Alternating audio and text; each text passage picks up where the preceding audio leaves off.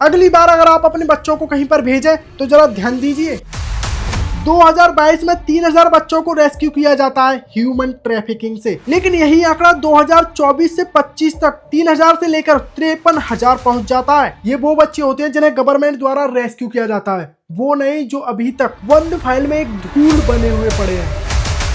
अप्रैल 2026 में एक baby racket पकड़ा जाता है जहां पर कुछ लोग बच्चों की तस्करी करते थे लाखों रुपयों में। वहीं उसी टाइम मुंबई में एक सेक्स रैकेट भी एक्सपोज होता है जहां लड़कियों से स्पा मसाज सेंटर के नाम पर इल्लीगल काम कराया जाता है, सेक्स अटेंशन।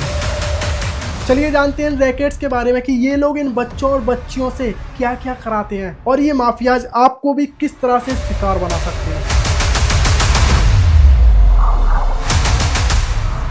साल 2026 एक न्यूबॉर्न बेबी को 9 लाख रुपए में बेचने की डील हो रही है। ना कोई शॉप ना कोई वेबसाइट, बस एक कॉल पर जिंदगी की कीमत डिसाइड हो चुकी थी 9 लाख। उसी टाइम कुछ पुलिस वाले रेड करते हैं और 3 लोगों को अरेस्ट करके लोगों को एहसास दिला देते हैं कि इंडिया में एक ऐसा ब्लैक मार्केट चल रहा है जहां पर इंसान इंसान नहीं बल्कि एक प्रोडक्ट बन चुका है। आप बिलीव नहीं करोगे दोस्तों, यहाँ जिस बच्चे को बेचा जा रहा है ना, उसे पैदा हुए मात्र कुछ घंटे ही हुए हैं। ये माफिया पहले एक गरीब परिवार को देखते हैं और पैसों का लालच देके बच्चों की ट्रैफिकिंग करते हैं। कई केसेस में तो नर्स और डॉक्टर भी शामिल होते मिले हैं, जैसे Mumbai hospital illegal adoption racket 2025, जिसमें एक डॉक्टर, 2 नर्स और कुछ एजेंट भी शामिल थे, जो कि इलीगल एडॉप्शन के नाम पर बहुत ही बड़ा और घटिया किस्म का फ्रॉड है। और आप यकीन नहीं करोगे दोस्तों, आज भी ये सब एक हिडन तरीके से हो रहा है। हर डॉक्टर दोषी नहीं होता, लेकिन कुछ लोग आज भी सिस्टम के अंदर रहकर इस बिजनेस को अंजाम देते हैं। अब हमें ये जानना जरूरी है कि ये रैकेट्स इन बच्चों की ट्रैफिकिंग करके इनसे क्या क्या करवाया जाता है। सबसे पहले शुरुआत करते हैं हम भीख से।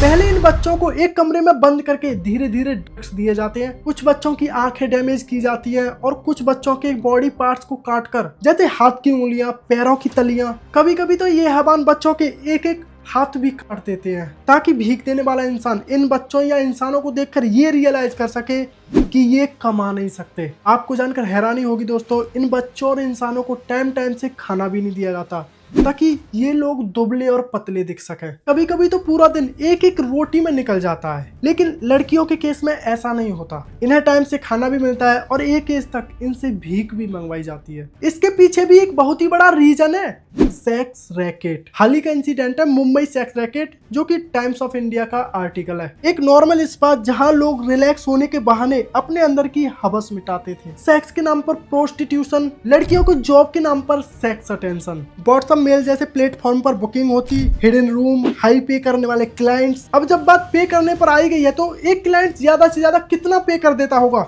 जरा कमेंट में बताओ। चलो अब जानते हैं इस स्पा में एक क्लाइंट का पे करने का अमाउंट 2000 से लेकर 10,000 तक था। डेली का 40,000 से 3 लाख और मंथली में ये आंकड़ा कभी कभी करोड़ भी पार कर देता। और सबसे शॉकिंग बात यह है कि आज भी इस तरह के रैकेट्स धड़ल्ले चल रहे हैं, कुछ को क्रिमिनल्स और कभी कभी तो सिस्टम के अंदर बैठे लोग। लेकिन सवाल वही आता है कि ये सब क्यों नहीं रुक रहा। इसके कुछ रीजंस है दोस्तों, poverty, high demand, fear and silence. जब तक डिमांड रहेगी तब तक सप्लाई भी रहेगी। खैर आपकी इस बारे में क्या राय, कमेंट में जरूर बताओ और वीडियो पसंद आई तो लाइक मारो यार।